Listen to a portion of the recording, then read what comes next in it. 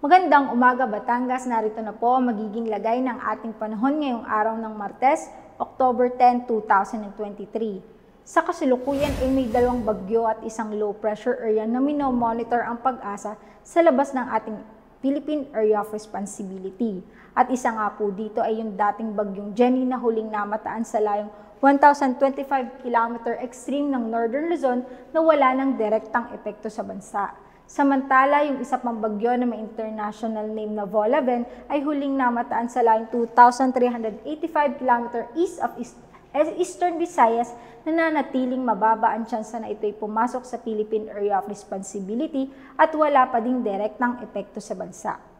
Habang yung low pressure area na minomonitor din natin ay huling namataan sa layong 1,170 km east of Eastern Visayas at mababa pa rin po ang tsansa na ito'y maging isang bagyo at may posibilidad na pumasok sa Philippine Area of Responsibility within 24 to 48 hours.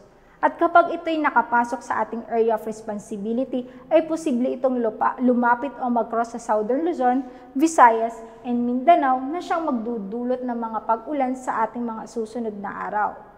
Sa kasalukuyan, yung trough or yung extension nito ay nakaka-apekto sa eastern section ng Visayas at Mindanao na siyang magdadala dito ng mataas na tsansa ng pag-ulan. Para naman po sa probinsya ng Batangas, ay makakaranas tayo ng maaraw papunta sa maulap na kalangitan na may tsansa ng kalat-kalat na pag-ulan sa hapon hanggang gabi. Sa hilagat kanlurang parte ng Batangas ay may 61% tsansa ng pag-ulan. Samantalang sa silangang parte ay may 42% tsansa ng pag-ulan at sa timog bahagi ng Batangas ay may 85% tsansa ng pag-ulan.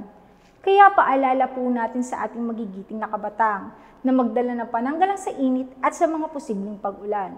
Samantala, wala pa rin po tayong nakataas na gale warning sa probinsya ng Batangas.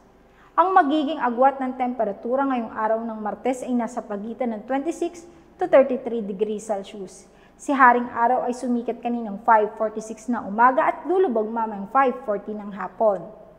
Lagi po nating tatandaan, ligtas ang may alam at tulad ng laging paalala sa atin ni Governor Mandanas, laging maging handa, ingat at magiting. Mula dito sa Batangas Provincial Disaster Risk Reduction and Management Office, ako po si Raven Nagtasida, nag-uulat. Magandang umaga po.